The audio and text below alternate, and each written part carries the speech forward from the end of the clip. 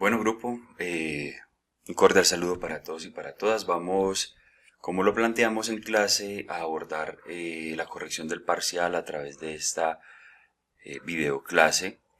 Espero pues que sea de su agrado, que sea muy aclaratoria en relación a cada una de las preguntas del parcial. Recordemos que si tienen más o nuevas preguntas después de este ejercicio, pues estoy atento a resolverlas.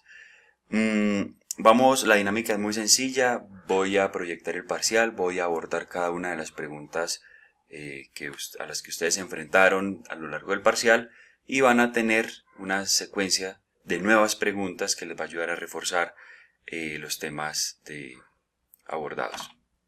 Entonces, aquí lo tenemos. Este fue nuestro parcial.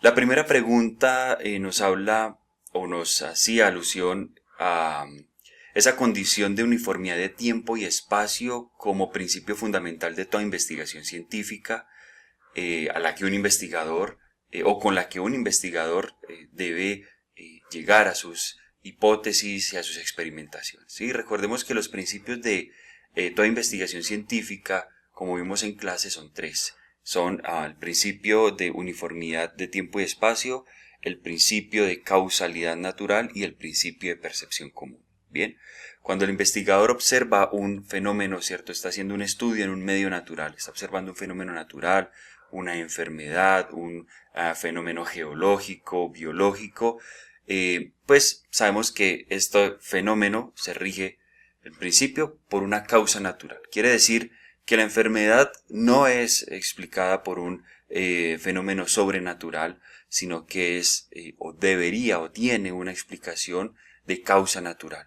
No ocurre por aleatoriedad, no ocurre por cuestiones supersticiosas o sobrenaturales, como lo decía. Bien, entonces el hallazgo a lo que yo me debo enfrentar es a un abordaje, una explicación de una causa natural dentro de las dimensiones conocidas. Lo segundo es que esos fenómenos esos fenómenos naturales van a estar dentro de una uniformidad de tiempo y espacio. ¿Qué quiere decir? Que la gravedad, los fenómenos luminosos, como lo decía el enunciado de la pregunta, las interacciones atómicas, las fuerzas atómicas, las condiciones físicas van a ser iguales aquí o en cualquier otro lugar de la Tierra, porque son fenómenos que se estudian aquí, en este contexto. Y el último tiene que ver con la percepción común. Antes de teorizar, de que existieran todas las teorías que rigen la ciencia, pues la percepción de que las cosas caen hacia la tierra, de la percepción de humedad, de todas estas situaciones o fenómenos naturales, pues era percibida de forma común por las personas. De tal manera que los investigadores, bajo la capacidad organoléptica, es decir, de los sentidos, de la visión, del gusto, del tacto, de la observación como primera herramienta en la indagación, pues es común entre los investigadores. Bien. La segunda pregunta tiene que ver con los niveles de organización de la materia. Como hemos visto, las ciencias biológicas, desde un paradigma reduccionista, puede explicar los fenómenos o los procesos biológicos a partir de unos niveles de organización de la materia. Entonces, era una pregunta: la mínima partícula de un elemento que conserva todas las propiedades de físicas y químicas, pues es un átomo, ¿de acuerdo? Y seguía, la mínima unidad de la vida es la célula, que si bien tenemos entre el átomo y la célula otros niveles de organización subcelulares, por ejemplo, que es el que va a dar origen a los organelos celulares, o también tenemos otro nivel más abajo, más cerca de lo atómico, que sería el nivel molecular. Bien. Entonces, para recordar, tenemos átomos. La interacción de dos o más átomos van a conformar moléculas. La interacción de estas moléculas, en el caso de las ciencias de la vida, biomoléculas, van a dar lugar a estructuras más complejas, como son unidades subcelulares, que en este caso serían los organelos celulares. Y luego vamos a tener, sí, la conformación de esa unidad autopoiética, altamente organizada, altamente compleja, que se denomina la célula, que es donde se llevan a cabo los procesos biológicos y las funciones vitales de los seres vivos. Y luego un conjunto de células especializadas va a formar un tejido. Bien, eran como las respuestas de esta segunda pregunta. Entonces, para recordar niveles de organización de la materia, incluso tenemos subatómicos, donde encontramos los electrones, los protones, los neutrones. Luego tenemos el átomo, luego tenemos las moléculas, luego vamos a tener las unidades subcelulares que van a formar organelos, luego vamos a tener célula, luego vamos a tener tejidos, luego vamos a tener la unión de tejidos nos va a dar lugar a órganos, luego la unión de órganos o la interacción de los órganos nos va a dar sistemas, y luego la interacción de varios sistemas nos va a dar un organismo, como es el caso del ser humano. Esto hasta llegar pues a este nivel, que sería el nivel biológico. Como tercera pregunta tenemos la biología y las demás ciencias aplican el método científico, que consta de 6 elementos relacionados, ¿sí? O 6 pasos. Entonces tenemos, el primer paso sería la observación del fenómeno. Como segundo paso tendríamos la pregunta, ¿cierto? ¿Por qué ocurre? ¿Por qué se está dando ese fenómeno? Luego tendríamos una hipótesis, que la hipótesis, recordemos, es una posible respuesta a esa pregunta o una posible explicación a ese fenómeno observado. Luego tendríamos una predicción, que la predicción es, bueno, si mi hipótesis es correcta, entonces la observación, ¿cierto? O el fenómeno tiene esta causa. Y posteriormente tendríamos una conclusión, perdón, una experimentación. Entonces pongo a prueba mi hipótesis, ¿de acuerdo? De por qué, y tendría una conclusión. Si mi hipótesis es verdadera, pues la conclusión sería verdadera, ¿cierto? Entonces, en conclusión, la hipótesis se valida debido a que, o si no se valida, pues la conclusión sería negativa. En este sentido, en caso de que la hipótesis no sea verificada o no sea validada de forma positiva, tendríamos que volver a la elaboración de otra hipótesis que me permita llevar a cabo una explicación de esa observación, ¿cierto? Y una respuesta a esa pregunta. Entonces los pasos en resumen quedarían paso 1, paso 2, paso 3, paso 4, paso 5, paso 5, paso 6. Continuamos, entonces, la pregunta número 4. ¿Cuál de las siguientes afirmaciones describe la diferencia entre una teoría y una hipótesis en el contexto científico? Entonces, recordemos que una teoría es un conjunto de explicaciones repetidas en el tiempo que explican un fenómeno natural, ¿de acuerdo? Y que puede ser replicado en diferentes condiciones y siempre nos va a dar un mismo resultado. Bien, entonces, mientras que una hipótesis, si bien la teoría nos permite hacer una generalización en diferentes fenómenos o contextos, la hipótesis es algo situacional, es algo más singular, más particular de un fenómeno. Entonces, en este caso, la respuesta correcta era que una teoría es una explicación bien sustentada de algún aspecto del mundo natural basada en un cuerpo significativo de evidencias, en muchas réplicas, en muchas experimentaciones, en muchas condiciones, ¿cierto? Como podría ser la ley de la gravedad. Mientras que una hipótesis es una suposición inicial que aún necesita ser probada, ¿cierto? Entonces la hipótesis puede ser falseada, ¿cierto? Puede ser falsa o verdadera si yo la pongo a prueba. Entonces es una primera premisa, una primera explicación frente a un fenómeno natural. Entonces la teoría es un conjunto de experimentaciones, de observaciones, de pruebas, de premisas que nos van a dejar ver o que van a evidenciar un fenómeno bien sustentado. ¿Listo? Esa es la diferencia entre una teoría y una hipótesis en el contexto científico. ¿Cuál es el evento más importante del león arcaico? Entonces aquí ya nos íbamos un poco hacia el origen y la evolución de la Tierra y que ha permitido obtener pues, o encontrar esta diversidad de vida a lo largo del tiempo geológico. Entonces recordemos que como eones tenemos 4 grandes eones, que es el eón ádico, el león arcaico, el león proterozoico y el león fanerozoico. Los eones, recordemos, son la escala de tiempo geológica más grande, las divisiones más grandes. Dentro de ellas encontramos otras, ¿cierto? Eras, periodos, etcétera, que están caracterizados por la diversidad, por las condiciones atmosféricas de la Tierra, además por los organismos que han hecho presencia a lo largo de estos tiempos más cortos, estos tiempos geológicos más cortos. Sin embargo, los eones, recordemos que el león ádico pues, era el león en el que la Tierra era bien incandescente, no había una atmósfera determinada.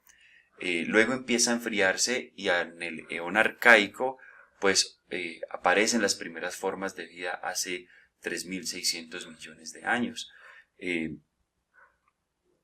Y pues este es el evento más importante del león arcaico. Ya aparece en la atmósfera, hay una atmósfera reductora, es decir, es una atmósfera en la que no había presencia de oxígeno. Sin embargo, ya hacia 2.600 millones de años, hace 2.600 millones de años, cuando aparecen organismos fotosintetizadores, hay liberación de oxígeno y pasamos a una atmósfera oxidante. Bien, entonces, en conclusión, este eón arcaico,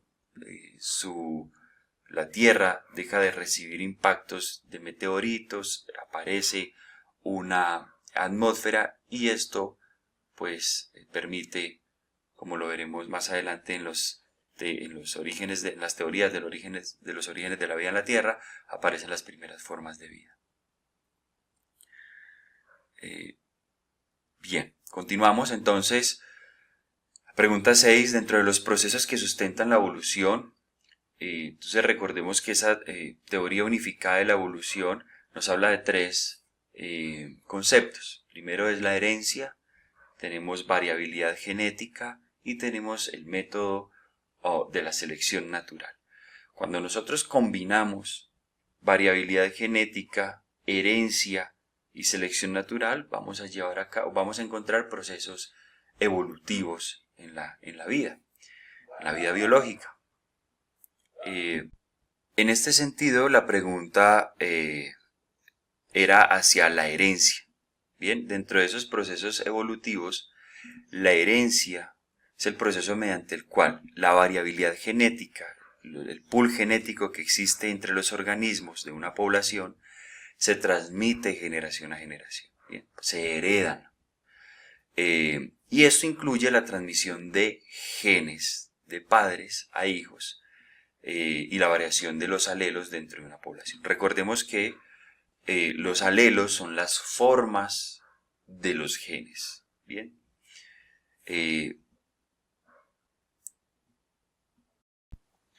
La siguiente pregunta está relacionada con las teorías del origen de la vida en la Tierra y recordemos que hablamos de 4 en clase: la teoría creacionista, la panspermia, la teoría de la generación espontánea y la teoría quimiosintética o abiogénesis o prebiótica. La teoría de la panspermia pues era a la que se refería la pregunta y tiene que ver con esa idea de que la vida en la Tierra fue traída de fuera del planeta, ¿cierto? Por cuerpos celestes, sembrada pues por un organismo, un material biológico procedente de otro lugar del universo. En este sentido, esta teoría propuesta por Arrhenius, la teoría de la panspermia. Veremos si más adelante en otras preguntas hablamos de otras teorías. La siguiente pregunta: ¿cuál de los siguientes postulados es el principio fundamental de la teoría celular? Recordemos la teoría celular propuesta por Birkhoff, por Matthias Schleiden y Theodor Schaun. Y uno de esas premisas o esos postulados importantes o principales de la teoría celular tiene que ver con que las células son la unidad estructural y funcional de los organismos. Birkhoff agregó un postulado a esta teoría y tiene que ver con que toda célula deviene o proviene de otra célula. Y bueno, estudiaremos más adelante los principios de la teoría celular. Siguiente pregunta, el ADN. Entonces este ácido nucleico, el ADN, está compuesto químicamente por 4 elementos, ¿cierto? Entonces dijimos que estos elementos se le conocen como nucleótidos. Un nucleótido está conformado molecularmente por un grupo fosfato, por una pentosa, que en este caso es una ribosa, y tenemos una diferenciación que va a ser una base nitrogenada. Esas bases nitrogenadas pueden ser pirimidinas o purinas y serán timina, adenina, citosina y guanina. ¿De acuerdo? Entonces, recordemos que vimos la estructura de estos nucleótidos y son un grupo fosfato, una ribosa y ese elemento diferenciador que es una base nitrogenada. En la conformación del ADN se van a unir pirimidinas con purinas, siendo que se emparejan timinas con adeninas. Bien, entonces la respuesta en este sentido era timina, adenina, y luego se van a unir o a hacer parejas citosina con guanina. Recordemos que los enlaces que mantienen unidas estos nucleótidos en la conformación de la estructura del ADN son puentes de hidrógeno entre las bases nitrogenadas, y entre los grupos fosfato y las ribosas vamos a encontrar un enlace que son los enlaces fosfodiéster. Seguíamos la pregunta 10. ¿Cuál es la principal diferencia entre la quimiosíntesis y la generación espontánea, o la teoría quimiosintética y la generación espontánea? Entonces, la teoría quimiosintética implica la síntesis de compuestos orgánicos a partir de sustancias inorgánicas mediante reacciones químicas en ausencia de luz solar, mientras que la generación espontánea sugiere que los organismos complejos pueden surgir espontáneamente a partir de materia inerte. Bien, entonces, como lo vimos en clase, Aristóteles, quien plantea la teoría de la generación espontánea, refutado por Francesco Redi cuando hace el experimento de la carne en descomposición, lo que sugerían o las ideas era que si yo dejaba trigo, ropa sucia, pues con el paso de los días iban a aparecer organismos, por ejemplo ratones. Entonces que la vida surgía de forma espontánea.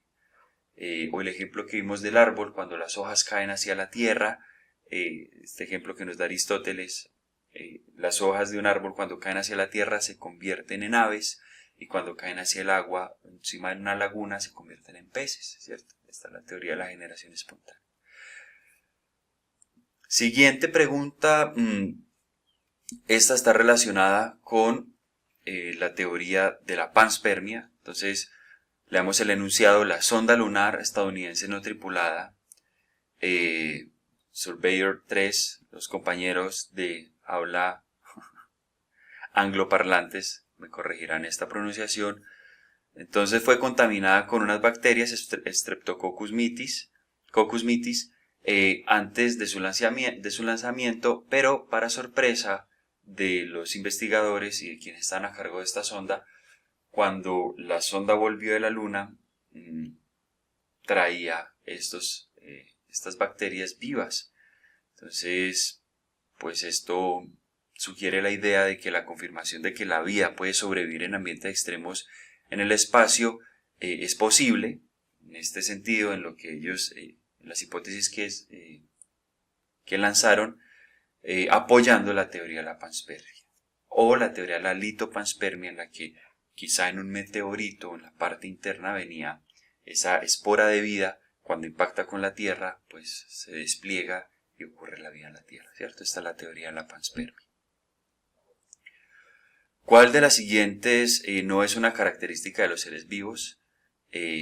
Teníamos esta opción, que los seres vivos presentan o no material genético dependiendo de la especie.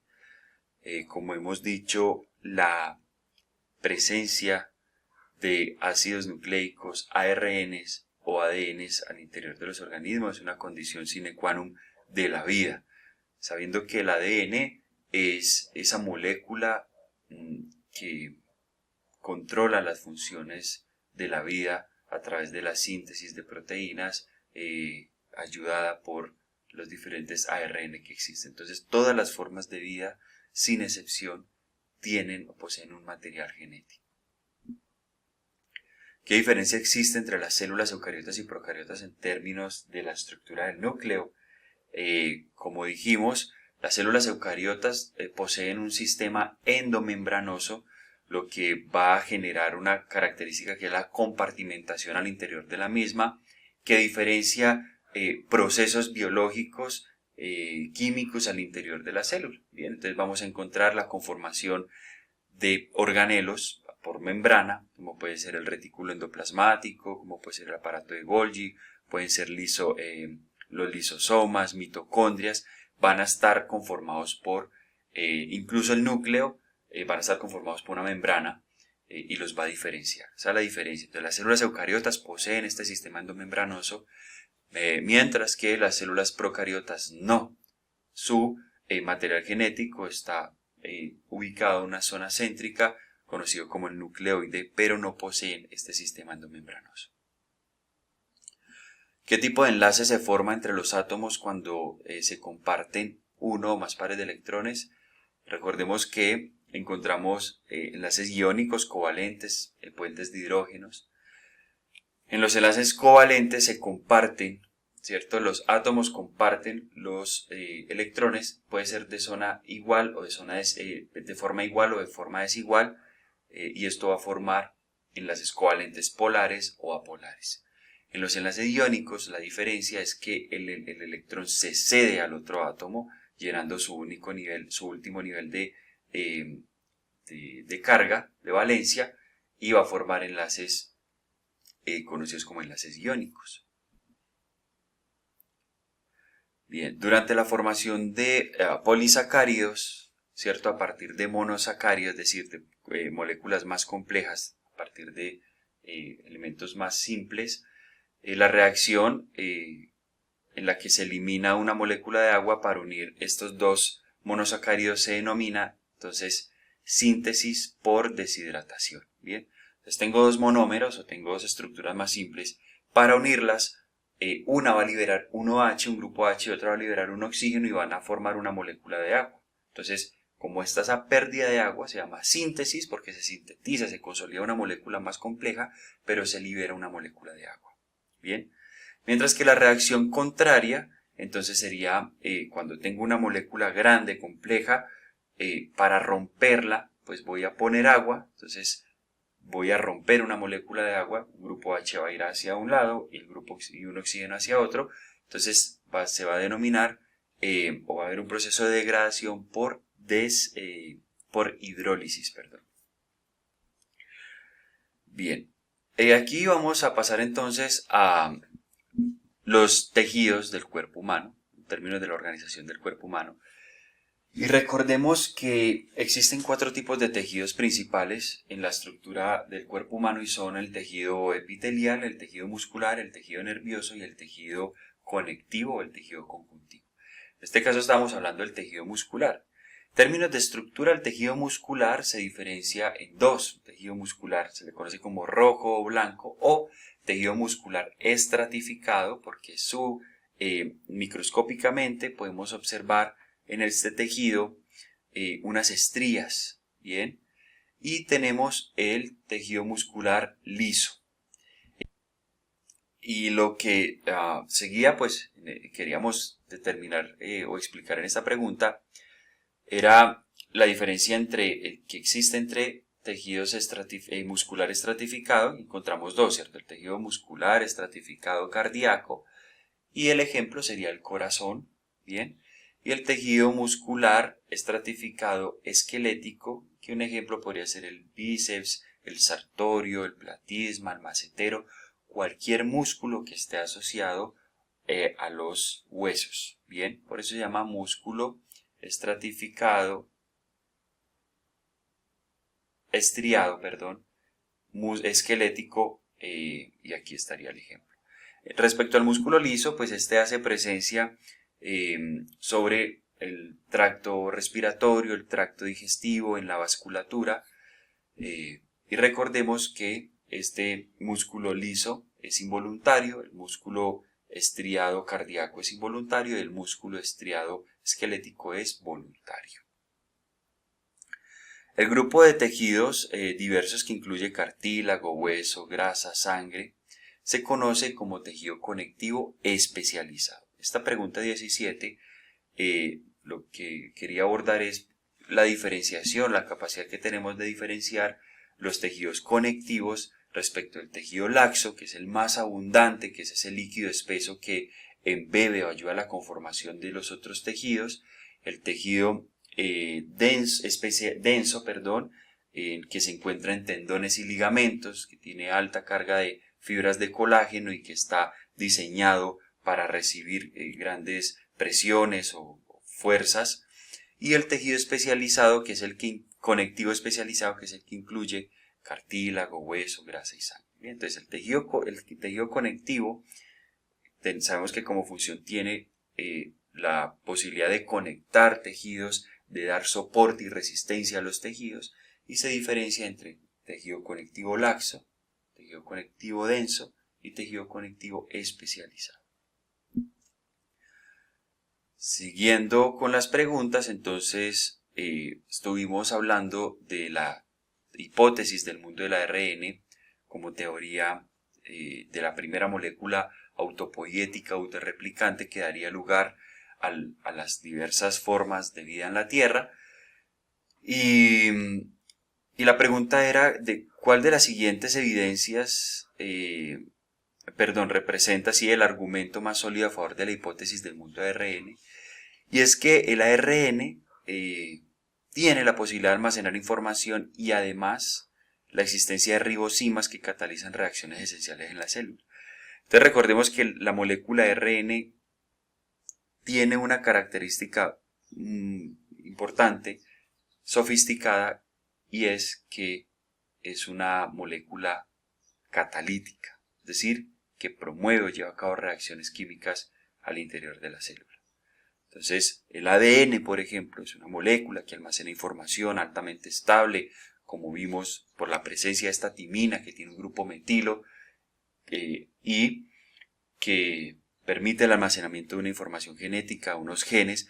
Sin embargo, la replicación, ¿cierto? Sacar esa información del DNA y consolidarlo en una proteína es gracias a sistemas de ARN que catalizan estas reacciones. Siguiente pregunta, entonces, él es la suma de todas las actividades químicas de un organismo, entonces sabemos que es el metabolismo, ¿bien? Recordemos que los organismos vivos y el ser humano es un sistema abierto, es un sistema de intercambio de materia y energía con el medio, y el metabolismo se divide en dos, en procesos anabólicos y catabólicos. Los procesos anabólicos son procesos en el que de moléculas más pequeñas se van a sintetizar moléculas más grandes, y los catabólicos son procesos en los que moléculas grandes se van a degradar en moléculas más pequeñas para disponerlas al sistema. Bien, ahorita vamos a hablar de la homeostasis. Y la homeostasis cuenta con dos sistemas de retroalimentación, un sistema de retroalimentación positivo y un sistema de retroalimentación negativo. Como lo explicamos en clase, la retroalimentación negativa se niega, ¿cierto?, a los cambios, optando por mantener unos niveles dinámicos o basales dentro de la normalidad para llevar a cabo las funciones vitales de forma correcta y evitar un desequilibrio en el sistema. La retroalimentación positiva, como su nombre lo dice, tiende, ¿cierto?, a la amplificación, ¿cierto?, de alguna condición. La retroalimentación positiva es más rara y puede conducir a la muerte, mientras que la retroalimentación negativa es la que nos mantiene con vida y nos permite responder a las variaciones del ambiente y que el cuerpo adapte algunos cambios para mantenerse equilibrado. En este sentido, la retroalimentación negativa minimiza los cambios en el ambiente interno, restaurando el equilibrio cuando se desvía de lo normal.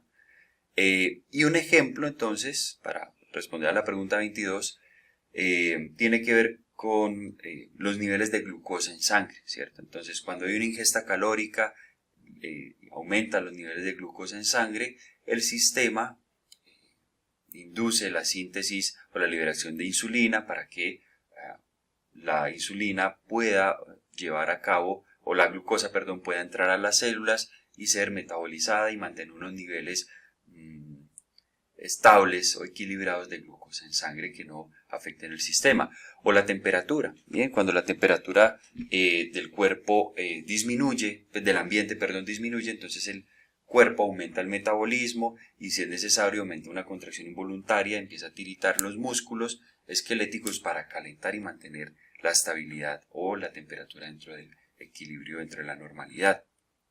Ese sería un ejemplo.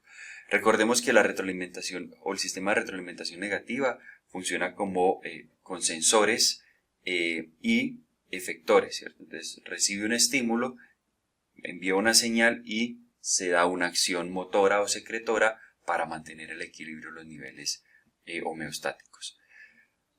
La siguiente pregunta, ¿cuál de las siguientes opciones describe un ejemplo de retroalimentación positiva? Entonces, dijimos que la liberación de oxitocina por parte de la hipófisis estimula contracciones del útero, lo que aumenta la presión sobre el cuello uterino en el momento del parto de la mujer.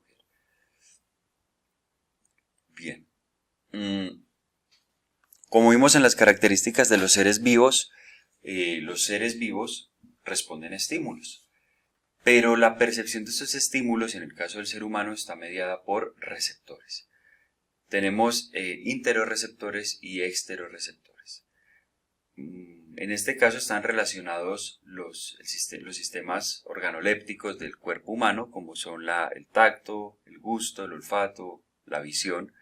Entonces, esta primera opción era como mecanorreceptores, o esos receptores que perciben las variaciones del medio elástico, como es el aire.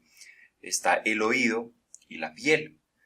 Los ojos poseen fotorreceptores. Entonces veamos que según la información, si es una información química o si es una información lumínica en términos de fotones o es una información mecánica, pues tenemos receptores.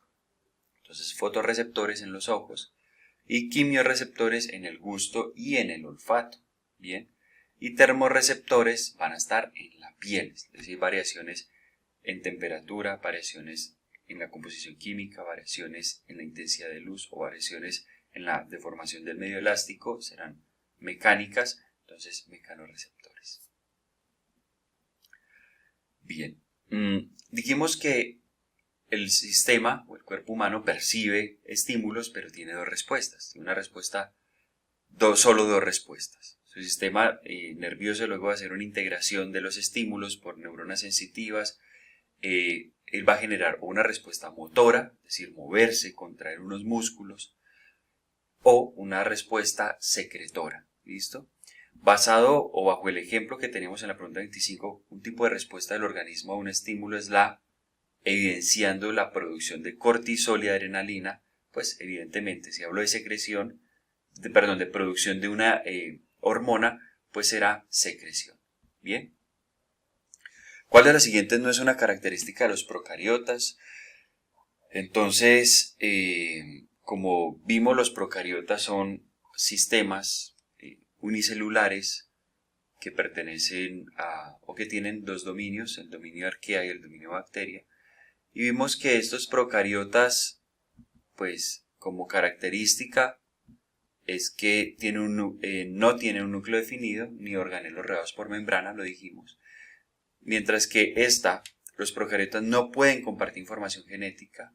Esta es una característica que no les corresponde, debido a que ellos sí comparten información genética a través de la conjugación bacteriana, por ejemplo, la transferencia de estas unidades denominadas plásmidos, que contiene características que les dan ventajas, y también por la transferencia horizontal de genes. Entonces, esta era una opción. ¿Qué otra no es una característica? Los procariotas se reproducen muy lentamente, sabemos que se reproducen muy rápidamente. Y finalmente, tanto las eubacterias como las arqueas son patógenas. Sabemos que la patogenicidad está presente principalmente en las eubacterias o en las bacterias. De las arqueas no se conoce patogenicidad. Dentro de los procariotas se encuentran los dominios. Entonces recordemos que la vida o el árbol de la vida tiene 3 dominios: dominio arquea, dominio bacteria y dominio eucaria. Y tanto arquea como bacteria son procariotas, ¿listo? Es decir, son unicelulares y son organismos que no tienen núcleo definido. ¿Cuál de las siguientes afirmaciones se refiere a la función de los peptidoglucanos en las bacterias? Entonces, recordemos que el peptidoglucano es una capa que está presente tanto en gram positivas como en gram negativas, y son componentes estructurales que proporcionan resistencia a la membrana celular de las bacterias.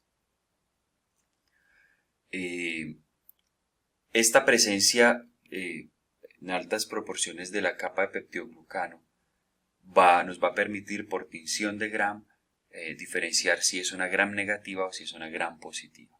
Recordemos que las gram negativas se van a teñir de rosado, son bacterias que tienen una membrana peptidoglucana muy pequeñita, muy delgada, pero que a diferencia de las gram positivas, las gram negativas tienen doble membrana plasmática, una interna y otra externa, y esa membrana plasmática externa de las gram negativas va a contener algo que se llaman los lipopolisacáridos o los LPS, que van a generar endotoxinas. ¿Listo? Entonces las bacterias gram negativas tienen una membrana interna y externa, así como la producción de lipopolisacáridos o LPS que va a generar esas endotoxinas. Aquí lo reconfirmamos en la pregunta 30. Entonces los LPS o los lipopolisacáridos de las gram negativas, entonces actúan como endotoxinas que pueden desencadenar fuertes respuestas inmunes en el huésped, en el caso del ser humano, que puede producir fiebre, inflamación y shock séptico. Finalmente, entonces, 31. Los pili o fimbrias son estructuras filamentosas que se encuentran en la superficie de la bacteria, que tiene como funciones: 1. La adherencia de las bacterias a la superficie para colonizar, y además le permite transferencia de material genético. Esa transferencia, recordemos que cuando una bacteria puede compartir genes incluso con especies diferentes, y esto ha hecho que su relacionamiento o su identificación filogenética sea más compleja. Esto se llama transferencia horizontal de genes. Tenemos este clado. La idea era hablar de los principales grupos de bacterias. Entonces, siempre en este cladograma vamos a iniciar con un ancestro en común como origen de las diferentes formas de vida, y la diversificación en 3 dominios: dominio eucaria, que emerge del dominio bacteria, ¿cierto? O está estrechamente relacionado filogenéticamente con el dominio arquea. Y por acá tenemos el dominio bacteria. Ese dominio presenta 5 principales grupos, que son proteobacteria, espiroquetas, clamidias, cianobacterias y bacterias gram positivas. Y aquí damos por terminado nuestro parcial.